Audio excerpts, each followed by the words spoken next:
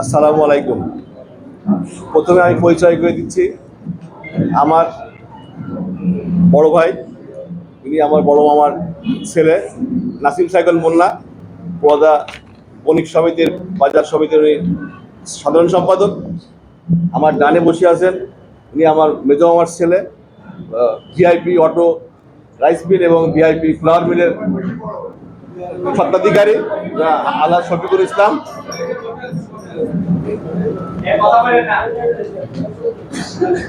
প্রিয় সাংবাদিক ভাইরা, আমি মোহাম্মদ জাহিদুল ইসলাম বিপ্লব, কুষ্টিয়া সদর উপজেলা বিএনপির সদস্য সচিব। বিগত 15 বছর ফ্যাসিস্ট আওয়ামী লীগ সরকারের কাছে নির্যাতিত নিপীড়িত হয়েছি। 2023 সালের 28 অক্টোবর থেকে 7 জানুয়ারি পর্যন্ত, ভোটের দিন পর্যন্ত 9টি মামলা সহ মোট 15টি মামলা মাথায় নিয়ে কুষ্টিয়ার রাজপথে আন্দোলন সংগ্রামে অগ্রণী ভূমিকা রেখেছি। দলকে সুসংগঠিত করতে আমি নিরলসভাবে কাজ করে যাচ্ছি। দলের ভারপ্রাপ্ত চেয়ারম্যান, আমাদের প্রাণপ্রিয় নেতা দেশনায়ক জনাব তারেক রহমানের নির্দেশনায় মাথায় নিয়ে আমি কোনো টেন্ডারবাজির সাথে জড়িত নয়।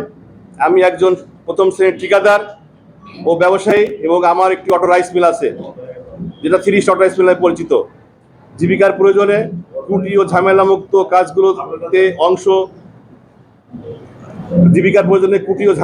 কাজগুলোতে অংশ নিয়ে থাকি। অথচ আমাকে রাজনৈতিকভাবে বিতর্কিত করতে কুষ্টিয়া সদর উপজেলা পরিষদের সাবেক চেয়ারম্যান আতাউর রহমান আতার ব্যবসায়িক পার্টনার ও আওয়ামী লীগের চাল ব্যবসায়ী রশিদ ষড়যন্ত্রমূলক মিথ্যা তথ্য দিয়ে আমাকে ফাঁসানোর চক্রান্ত করছে। প্রিয় সাংবাদিক ভাইরা, গত 9 এপ্রিল দুপুরে কুষ্টিয়ায় ফ্যাসিস্ট আওয়ামী সরকারের দোসর চেক জালিয়াতি ও প্রতারণা মামলার আসামি, Bangladesh auto major and husking mill মালিক সমিতির কেন্দ্রীয় সভাপতি, চাল ব্যবসায়ী আব্দুর রশিদের কুষ্টিয়া শহরের গোশালা রোডের বাড়িতে কে বা কারা গুলিবর্ষণ করে। এই ঘটনাকে ভিন্ন খাতে প্রভাবিত করে আওয়ামী লীগের ওই দোসর সাংবাদিকদের কাছে আমাকে জড়িয়ে মিথ্যা ভিত্তিহীন তথ্য উপস্থাপন করে। ওই দিন তিনি সাংবাদিকদের কাছে বক্তব্য দেন আইলচারা পশু হাটের টেন্ডারকে কেন্দ্র করে তার বাড়িতে হামলার ঘটনা ঘটেছে। অথচ আমি কিংবা আমার মামাতো ভাই মুন্না কেউ ওই ঘটনার হাটের দরপত্র ক্রয় করি নাই। আমরা কেউই ওই হাটে দরপত্র গ্রহণ করি নাই। সেখানে আমরা দরপত্রের অংশ নেয়নি, সেখানে আমাদের নাম, আমাদের প্রভাব বিস্তারের অভিযোগ আমার বিরুদ্ধে ষড়যন্ত্র ছাড়া আর কিছু নয় বলে আমি মনে করি। বাড়িতে গুলির ঘটনায় আব্দুর রশিদ তাৎক্ষণিক সাংবাদিকদের বলেন, আইলচারা পশুহাটের ইজারা পাওয়াকে কেন্দ্র করে সদর উপজেলা বিএনপি সদস্য সচিব জাহিদুল ইসলাম বিপ্লব ও ব্যবসায়ী মোন্না চরমপন্থী সংগঠনের নেতাদের নিয়ে এই ঘটনা ঘটিয়েছেন বলে অভিযোগ করেন। সেই বক্তব্যকে কোট করে বিভিন্ন জাতীয় পত্রিকা, টেলিভিশন, অনলাইন মিডিয়া ও স্থানীয় পত্রিকায় সংবাদ প্রকাশিত হয়। আব্দুর রশিদ প্রকাশিত ও প্রচারিত সংবাদে সাংবাদিকদের আরও বলেন, তিনি ও তার পরিবার দীর্ঘদিন ধরে চাল ব্যবসার পাশাপাশি হাট বাজার ইজারা নেওয়ার ঠিকাদারি করেন এবং একথাও বলেন যে দীর্ঘদিন তার নিয়ন্ত্রণে এই হাট বাজার নিয়োগ পরিচালিত হতো। একথাও আপনারা শুনেছেন।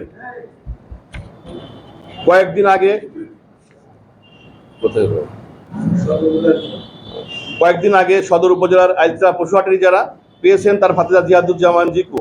ওই ঘটনার দরপত্র কেনার পর থেকে চরমপন্থী সংগঠনের নেতা পরিচয় দিয়ে দরপত্র জমা না দিতে হুমকি দেওয়া হচ্ছিল।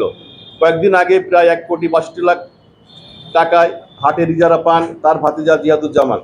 এতে ক্ষিপ্ত হয়ে ওই চরমপন্থী নেতা পরিচয় দিয়ে হুমকি দিয়ে বলেন, আইলচারা হাটের ইজারা প্রত্যাহার করে নিতে হবে, না হলে মেরে ফেলার হুমকি দেন ওই চরমপন্থী। আইলচারা পশুহাটের টেন্ডারে অংশ না নিতে চরমপন্থীরা আমাকেও হুমকি দিয়েছিল, এজন্য আমি টেন্ডারে অংশ নেয়নি। তাহলে এখন কেন আমার নাম আসছে? এলাকায় রশিদের সঙ্গে আমার রাজনৈতিক বিরোধ রয়েছে, এই জন্য আমাকে রাজনৈতিকভাবে হেয় করতে একটি ভিন্ন ইস্যুকে আমার ঘাড়ে চাপিয়ে তিনি রাজনৈতিক ফায়দা লুটতে চেষ্টা করছে। প্রিয় সাংবাদিক ভাইরা, আপনারা জানেন আব্দুর রশিদ ও তার পরিবার ফ্যাসিস্ট আওয়ামী লীগের দোসর। তার বড় ভাই সিদ্দিকুর রহমান বিএনপি ছেড়ে মাহবুল আলম হানিফের হাতে ফুল দিয়ে আনুষ্ঠানিকভাবে আওয়ামী লীগে যোগ দেন। পরবর্তীতে সদর উপজেলার আইলচারা ইউনিয়ন পরিষদের ইউপি চেয়ারম্যান নির্বাচিত হয়। বর্তমানে তিনি সদর থানা আওয়ামী লীগের সহসভাপতি। তারা বিগত ফ্যাসিস্ট সরকারের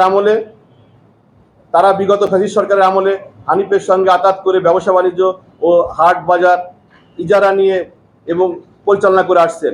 আব্দুর রশিদ নিজেও 2014 সালে আওয়ামী লীগের কেন্দ্রীয় যুগ্ম সাধারণ সম্পাদক মাহবুল আলম হানিফ কুষ্টিয়া সদর আসনের এমপি হওয়ার পর তার সাথে সখ্যতা গড়ে তুলে আইলচারা পশুহাট, নান্দিয়ার বিল, চালের বাজার নিয়ন্ত্রণ সহ অন্যান্য ব্যবসা পরিচালনা করে আসছিল। তার ব্যবসায়িক পার্টনার ছিল হানিফ ও তার চাচাতো ভাই সদর উপজেলা পরিষদের সাবেক চেয়ারম্যান আতাউর রহমান আতা। আওয়ামী লীগের দোসর এই চাল রশিদ কুষ্টিয়ার বৃহত্তম চালের মোকাম থেকে কোটি কোটি টাকা চাঁদা আদায় করে হানিফ ও আতার কাছে দিয়েছেন। এই আব্দুর রশিদ সরকারি চাল সংগ্রহের কমিশনের টাকা দিয়ে দেশের সবচেয়ে ব্যয়বহুল কুষ্টিয়া জেলা আওয়ামী লীগের পার্টি অফিস নির্মাণ করে দেন। ওই সময় কুষ্টিয়ার চালকল মালিকদের কাছে থেকে প্রতি কেজিতে 3 টাকা করে উৎকোচ নিয়ে প্রায় 4 কোটি টাকা হানিফের হাতে বুঝে দিয়েছিলেন এই আব্দুর রশিদ। প্রিয় সাংবাদিক ভাইরা, 2022 সালে আব্দুর রশিদ ফ্যাসিস্ট আওয়ামী সরকারের ক্ষমতার দাপট দেখিয়ে আইলচারা বাজারে অবস্থিত ভিআইপি অটো রাইস মিল ও ভিআইপি অটো ফ্লাওয়ার মিল দুইটি প্রায় 100 কোটি টাকার সম্পদ মাত্র 13 কোটি টাকায় গোপনে ব্র্যাক ব্যাংকের কাছ থেকে নিয়ে নেয়।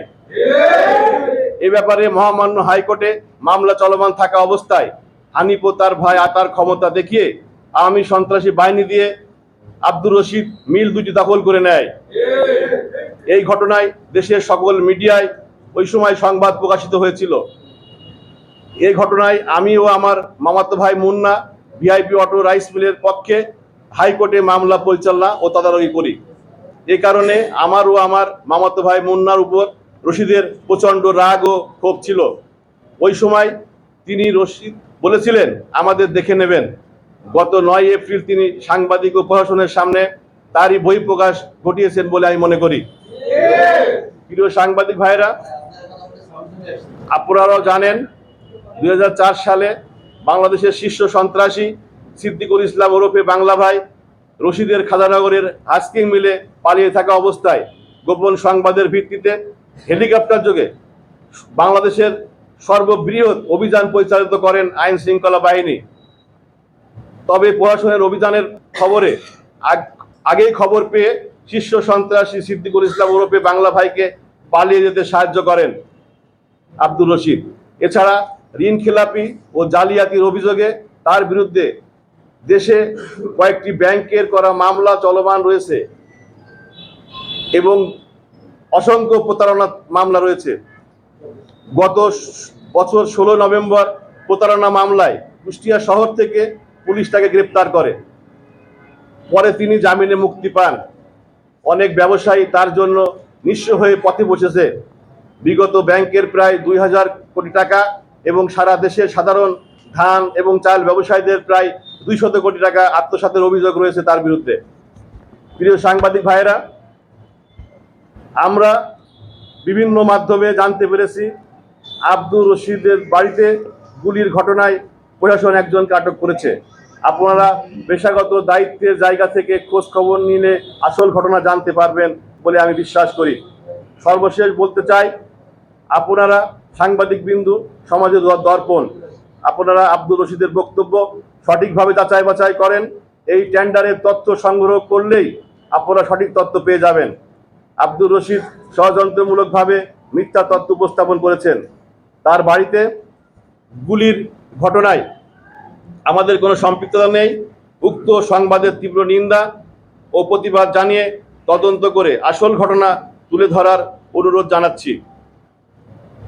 আপনাদের সর্বশেষ আমি এটা বলতে চাই, আমার মনে হয় উনার কাছে যে সাধারণ ব্যবসায়ীরা শত শত কোটি টাকা উনি ঋণগ্রস্ত আছেন, ওনার বিভিন্ন সময় উনি আওয়ামী লীগের দোসর ছিলেন।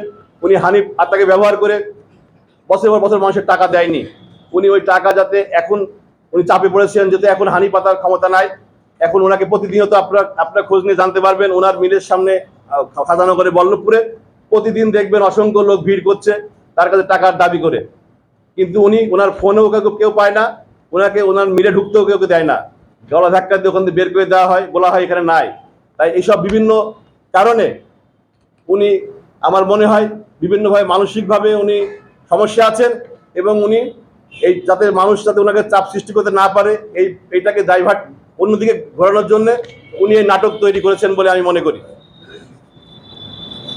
প্রিয় সাংবাদিক ভাইরা, আরেকটু বলতে চাই যে আমারই কি জন্য আমার সমস্যা, উনি আমাদের প্রতিপক্ষ, এই ব্যাপারে আমার মামাতো ভাই যে ভিআই পডকাস্টের মালিক, উনি একটু 1 মিনিট সময় নেবেন, উনি আপনাদেরকে কিছু বলবেন। এবং এই বলে আমি আপনাদের সুস্বাস্থ্য এবং দীর্ঘায়ু কামনা করে আমি আমার বক্তব্য শেষ করছি। আসসালামু আলাইকুম। কুষ্টিয়া সদর উপজেলা বিএনপি কুষ্টিয়া।